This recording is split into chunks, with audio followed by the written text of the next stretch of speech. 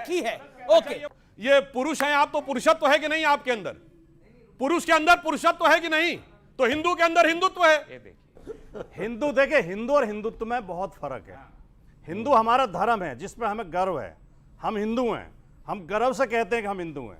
और हिंदू धर्म बहुत शानदार, बहुत उदार, बहुत प्रेम का, मोहब्बत का, भाईचारे का धर्म है। और हिंदुत्व एक राजनीतिक विचारधारा जिसे सावरकर ने दिया नाम। हिंदुत्व किताब उन्होंने लिखी 1930 में जब वो जेल में थे जी। हिंदुत्व शब्द पहली बार सावरकर की किताब हिंदुत्व में आया है। अब हम जो उन्होंने उदाहरण दिए जितने भी, वो सारे हिंदू के दिए। चलिए सर, मैं उसी पर जो कविता पेश कर रहे थे, तो राहुल गांधी ने हिंदुत्व का नाम लिया था या हिंदू का नाम लिया था? इस पर भी क्लैरिफाई दे दीजिए। राहुल गांधी ने जो कोट करा, राहुल गांधी ने जो बोला, मैं बोलता हूं, राहुल गांधी ने बोला जो लोग अपने आप को हिंदू कहते हैं वो 24 घंटे हिंसा हिंसा हिंसा, नफरत नफरत नफरत, आप हिंदू हो ही नहीं। उसमें हिंदुत्व का ही नहीं था। अगर इस परिभाषा से भी आते हैं, इस परिभाषा से भी आते हैं, तो राहुल गांधी ने हिंदुत्व की बात नहीं करी, हिंदू की बात करी। दो वाक्य जो राहुल गांधी ने, जो भाषा जो होती है, भाषा में संकेत भी बहुत महत्वपूर्ण होते हैं। भाषा केवल शब्दों से ही व्यक्त नहीं होती, कई बार शब्द का अर्थ अलग होता है लेकिन संकेत दूसरा अर्थ दे देता है। राहुल गांधी इशारा करके कह रहे थे कि ये जो अपने आप को हिंदू कहते हैं वो बीजेपी और आरएसएस के हिंदुओं के लिए कह रहे थे। ये लोगों को हिंसक बनाने का प्रयास करते थे। सारे नहीं, अब शपथ का जो पूछ रहे हैं, सत्य और निष्ठा के बिना ईश्वर का क्या महत्व है? जहां सत्य और निष्ठा में तो ईश्वर अपना आप है।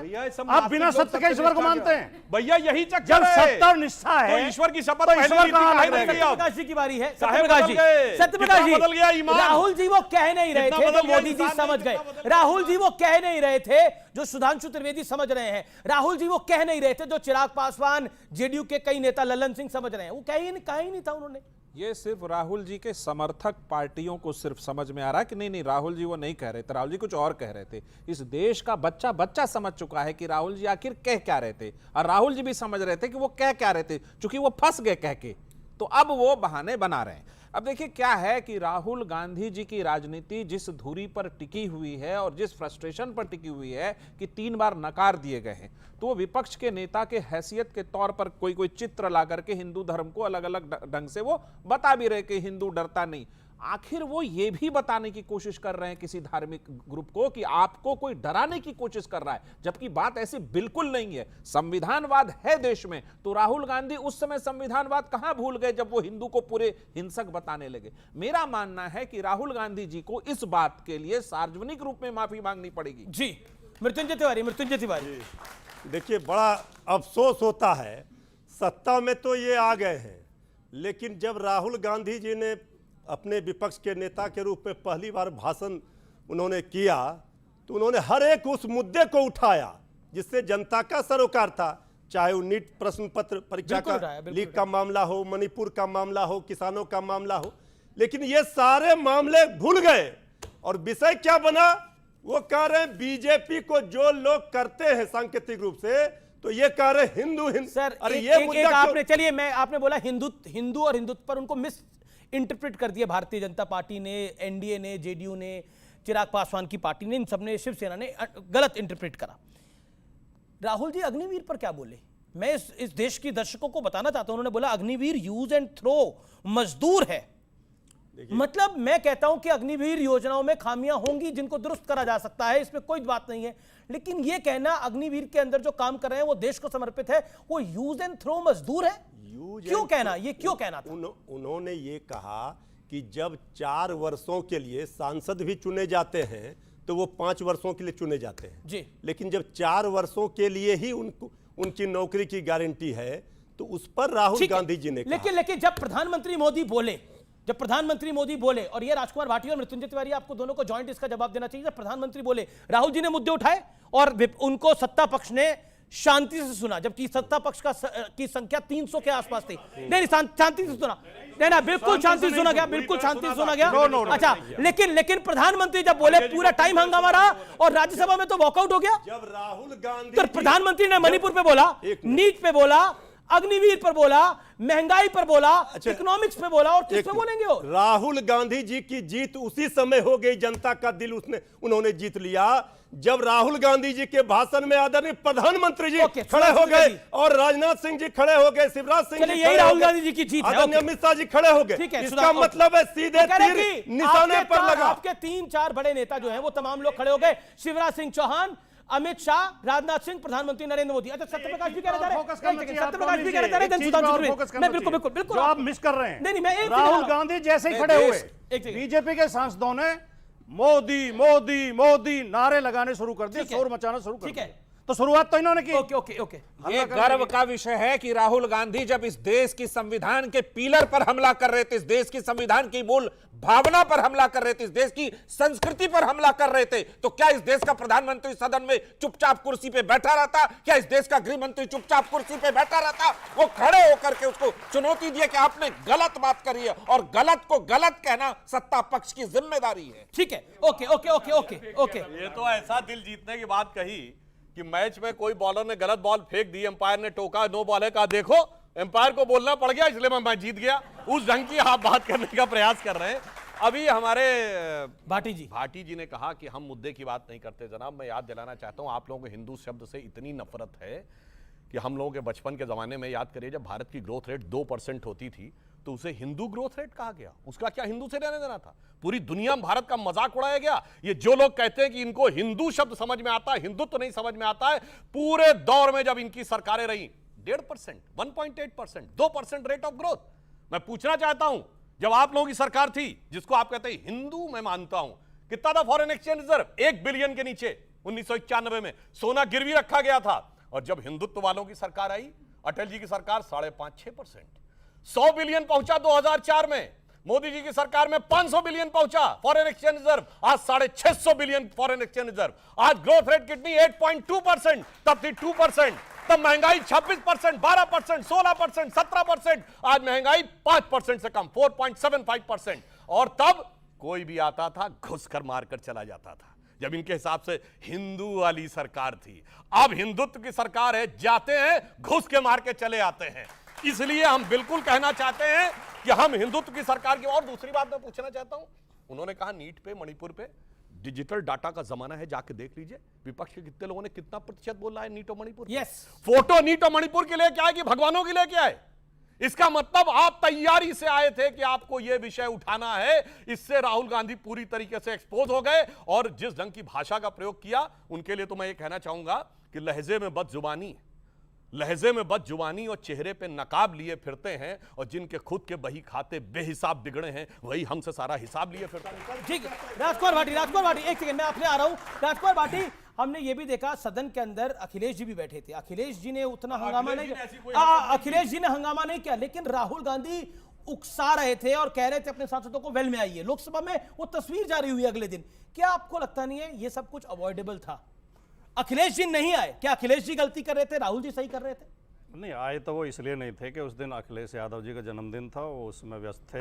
लखनऊ में बहुत बड़ा आयोजन था, नहीं पर नहीं, इसलिए वो लोकसभा में नहीं, हंसी की सदन में थे, वेल में नहीं आए। सदन में थे, अब वो जिस दिन राहुल गांधी का भाषण हो रहा था, अखिलेश जी सदन में नहीं थे। नहीं, जो अखिलेश जी लखनऊ थे, हंगामे वाले दिन के लिए कह रहे हैं। मतलब इन्होंने माना कि वेल में जाना एक खराब चीज थी, जो उस दिन उन्होंने करना उचित नहीं समझा अपने जन्मदिन वाले दिन। लेकिन सुधांशु जी ने जितनी बढ़िया तस्वीर मोदी जी के शासन की खींची है, मैं तो आश्चर्यचकित हूं। अब आम का सीजन है, आम पक जाते हैं जब ज्यादा तो आम टपक जाता है। बाग में इतने आम नहीं टपक रहे जितने इनके पुल टपक रहे हैं पूरे देश में।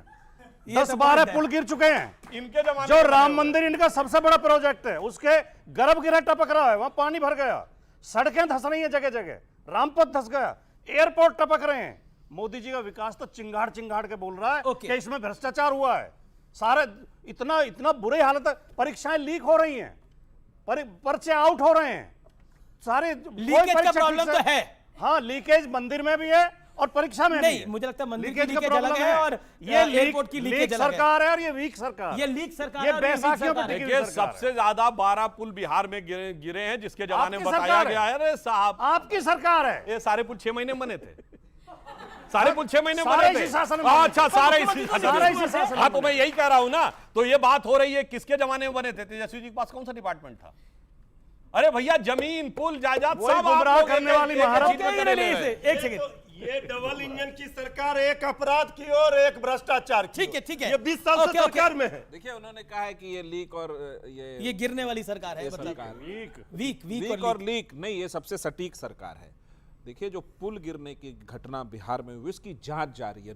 जो भी इसमें दोषी पर गिरा होगा, तो सही पुल ना? नहीं, उसके कारण हैं, नौ ड्रेजिंग गिरे कारण हैं, एक हैं थोड़ी, और 9 पुल डिसिल्टिंग गिरे हैं। कारण हैं, जिसको सर, कॉन्ट्रैक्ट कोई में तो दिया कोई गया। हर चीज का कारण और- होता है। नहीं, इंसान ऊपर भी चले जाता है तो देखिए, कहा जाता है आप कोई कारण एक होगा। बात समझिए, अगर जी। पुल गिरा है तो जी। सरकार उसको बनाएगी भी, और नहीं, पर इसको गिरा इसको स्वीकार कर नहीं, गिर सकता है। अगर किसी की गलती होगी तो गिर सकता है। सरकार में भ्रष्टाचार जो हुआ? पुल बिजनेस भ्रष्टाचार हुआ, उसकी जांच हो रही है और ठीक है। दोषियों पे कार्रवाई होगी। चलिए, चलिए। वीक और लीक पे अमीर जी, वीक और लीक, हाँ, वीक बोलिए, और बोलिए। लीक से मुझे अचानक याद आ गया, सवाल। विकी लीक्स में एक बयान आया था राहुल गांधी का, जिसमें वो कह रहे थे अमेरिकी अधिकारियों से कि लश्कर तैयबा से ज्यादा खतरनाक हिंदुओं का एग्रेशन है। वैसे मैं ये नहीं कहता विकी लीक्स में जो लिखा सब कुछ सही है, पर आज तक कांग्रेस पार्टी राहुल गांधी ने उसका खंडन ओके, नहीं आपका किया। सवाल क्या है? पॉइंट क्या है? सवाल क्या है? अमीश जी प्लीज माइक मत हटाइएगा। हाँ। 2 सवाल है, भाटी जी, रहमानी साहब और तिवारी जी। जी जी जी। राहुल गांधी नीट पर बात करते हैं, अग्निवीर पर बात करते हैं, महिला क्या केवल मणिपुर में है? बंगाल की संदेश खाली में महिला नहीं है, दिनाजपुर में महिला नहीं है। और दूसरी बात, आपने भाटी जी अभी कहा कि हिंदू होने पर गर्व है, लेकिन रहमानी जी, भाटी जी और तिवारी जी, सनातन पर जब कोई कीड़ा मकोड़ा बोलता है तो दर्द नहीं होता है, HIV एड्स बोलता है तो दर्द नहीं होता है, तब हम देखते हैं कि विपक्षियों का मुंह जो है सिल जाता है। इसीलिए आपने कहा कि इंडिया को कोई क्यों नहीं सुनता है? इसीलिए नहीं सुनता है क्योंकि कीड़ा मकोड़ा बताने के बाद भी आप लोगों का मुंह सुई धागा से सिला ओके रहता है। ओके ओके ओके, राजकुमार भाटी जी। आपके सवाल का एक सीधा जवाब तो ये है कि हम कभी नहीं बोलते। हम हर धर्म का सम्मान करते हैं, हर जाति का सम्मान करते हैं। जो बोलते हैं वो गलत बोलते हैं, हम उसका समर्थक नहीं है। किसी धर्म के खिलाफ, किसी जाति के खिलाफ टिप्पणी नहीं करनी चाहिए। दूसरे, इसका जो सत्यता है वो ये है कि कुछ कट्टर हिंदू, कट्टर मुसलमान हैं दोनों तरफ, वरना ज्यादा तादाद में इंसान हैं दोनों तरफ। जी दोनों तरफ कुछ खराब लोग हैं, उनका बहिष्कार होना चाहिए, उनकी निंदा होनी जी चाहिए। जी जी। अच्छा, कट्टर हिंदू दोनों तरफ हैं। ये दागिस्तान में जाके जो चर्चों पे हमला हो गया, वहां भी कट्टर हिंदू हैं। आप करो हैं? गुमराह, वहां भी आपका गुमराह काम का है। घुमाने का, आप घुमाओ। भैया, श्रीलंका में मैंने चर्च जो पे बात हमला हो कहनी रहा है थी, वहां मैंने भी कह हिंदू दी। है। हमास में जाके हमला हो रहा है वहां भी हिंदुओं की वजह से हो रहा है। बर्मा में रोहिंग्या वाले में हिंदुओं की वजह से हो रहा है। सुनिए, बोस्निया हर्जोगोविना में हिंदुओं की वजह से हो रहा है। बेल्जियम में हिंदुओं की वजह से हो रहा है। सुनिए, लंदन, मैड्रिड, न्यूयॉर्क में हिंदुओं की वजह से हो रहा है। सिडनी में हो रहा है। ऐसा मत कहिए।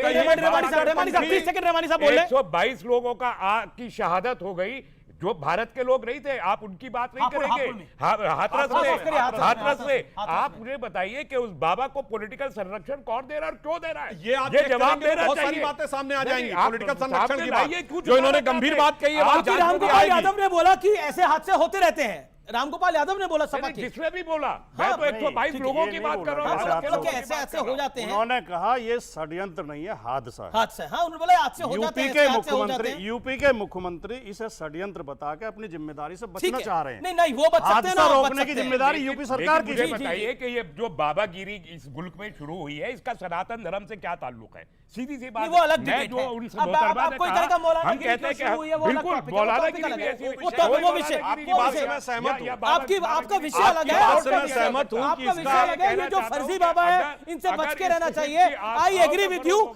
आपने एक लेजिटिमेट पॉइंट उठाया है, लेकिन फर्जी बाबा है। लेकिन ऐसे कई फर्जी मौलाना भी है, ऐसे कई फर्जी उलेमा भी घूम रहे हैं। तो मेरा निवेदन है कि हर फर्जी से बचना चाहिए। Okay okay okay okay. अरे पहले देवानंद साहब, नमस्कार। आपका जी जी जी, काफी टाइम के अरे, बाद काफी टाइम के बाद आप आए। अरे सर, देवानंद हमारे स्टूडियो में आए हैं बड़े टाइम बाद। मैं कहना चाहता हूं, कांग्रेस के उससे सवाल है मेरा अपना कि देखिए, जितना भ्रम उतनी सियासत। एक विपक्ष का जो नेता था राहुल गांधी जी, वो विपक्ष नेता है, नेता था नहीं, ये नेता है। सर, मैं तो इसलिए कह रहा हूं कि आने वाले टाइम में पता नहीं ना कि पहले ही दिन सदन में भ्रमित कर दिया उन्होंने लोगों को। जी। भ्रमित किया गया। अग्निवीर से लेके आपके लेके अपना जितने भी जो थे हमारे मुद्दे थे, उन्होंने गिने थे और सबने जो सत्ताधारी ने उसको रोका टोका। उसके बाद भी पूरे 140 करोड़ को भ्रमित करके इतना झूठ बोल दिया गया कि आज भी लोग भ्रमित है। और मैं भी भ्रमित हूं सर, मैं भी भ्रमित हूं। अच्छा, मैं भ्रमित हूं। अब मृत्युंजय तिवारी बताइए, भ्रमित है ये? अब इन्होंने वैसे चश्मा भी डाला हुआ है, काला हो सकता है, इन्हें सब धुंधला धुंधला दिखाई दे रहा हो। उनके बातों पर क्या जवाब दिया जाए?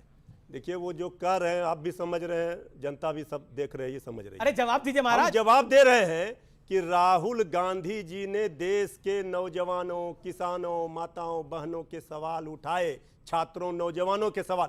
इसका जवाब आदरणीय प्रधानमंत्री जी 2.5 घंटे के अपने भाषणों में नहीं दे सुना पाए, था। संतुष्ट नहीं कर पाए अच्छा, सदन ठीक को। है। ये सवाल उठा, अहम ओके, सवाल सुधांशु, है। सुधांशु जी, प्रधानमंत्री संतुष्ट नहीं कर पाए। ईमानदारी में तो बात बताऊं, भ्रम में देश की जनता नहीं, भ्रम में ये दोनों है।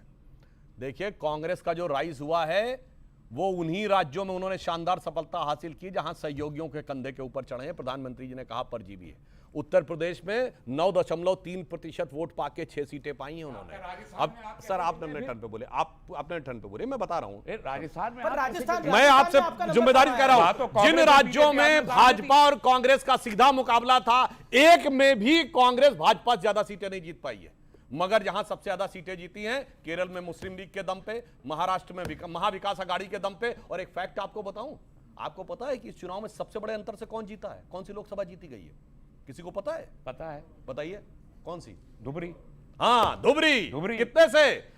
10,25,000 से कांग्रेस के रकीबुल हसन जीते हैं। और असम में ये वो इलाका जिसके लिए मिनी बांग्लादेश कहा जाता है, जिसमें सबसे ज्यादा डेमोग्राफिक चेंज आया है। और बदरुद्दीन अजमल चुनाव हार गए। AIUDF की कीमत पे ये आगे बढ़े, तेलंगाना राष्ट्र समिति की कीमत पे तेलंगाना में आगे बढ़े, JDS की कीमत पर ये आगे बढ़े कर्नाटक में। अब सोच लीजिए RJD और सपा का क्या होने कितना वाला डराएंगे है। भाई, ये कितना सपा डराएंगे? और ये एक साथ जो आए थे, कितना डराएंगे? सुनिए, लेकिन इसी आप वोट डेमोग्राफिक करेंगे। चेंज की बात झारखंड हाई कोर्ट ने करी। बिल्कुल। इसी की तरफ इसीलिए इशारा, आप इसी समझिए, पर स्टेटमेंट 10.5 इलाहाबाद हाई कोर्ट का आया। 10 साल से सत्ता में कर क्या रहे? क्या करें? अरे भाई हम तो अगर- CA अगर ला रहे कहते हैं हैं, कि तो CA लाने के बाद आप एक काम सेकंड। कर रहे हैं, NRC के लिए आप हल्ला मचाते चले जा रहे हैं। CA का घुसपैठियों से क्या ताल्लुक है? आप लेकिन ये डेमोग्राफिक चेंज की बात तो करी ना, ये डेमोग्राफिक चेंज की बात तो करी हाई कोर्ट। अगर ऐसा हो रहा है, मुझे नहीं मालूम हाई कोर्ट के पास क्या इन्फॉर्मेशन है, हाई कोर्ट बताएगी। आपको नहीं लग रहा ऐसा हो रहा है? नहीं, बिल्कुल मुझे नहीं चलिए, लग रहा। और तो अगर मैं एक ऐसा और हो रहा इनको है, बता तो देता 10 साल में हूं। ये क्या कर रहे सुधांशु जी हैं? को- 10 साल में सिर्फ टेलीविजन पे डिबेट करते वो कह रहे 10 साल से आप क्या करें, सरकार आपकी है। है, वो कह रहे हम क्या करेंगे इसके अंदर। हमारी सरकार आने के बाद घुसपैठ रुक गई है। उस जमाने में, झारखंड अब एक मिनट सर पूरा सुनिए। आपने सर पूछा, जवाब IMDT सुना पड़ा। एक्ट को क्वैश करते समय 2006 में सुप्रीम कोर्ट ऑफ इंडिया ने जो कहा था उसकी प्रोसीडिंग कोई जाके पढ़ ले। उस समय असम के गवर्नर की रिपोर्ट थी कि पर डे 5,000 लोग एंट्री कर रहे हैं। और सुप्रीम कोर्ट ने कहा this Bangladeshi infiltration is about to external aggression over India. क्या ये जो भारत इलाहाबाद विदेशी हाई कोर्ट की टिप्पणी हमारी और सरकार आने के बाद झारखंड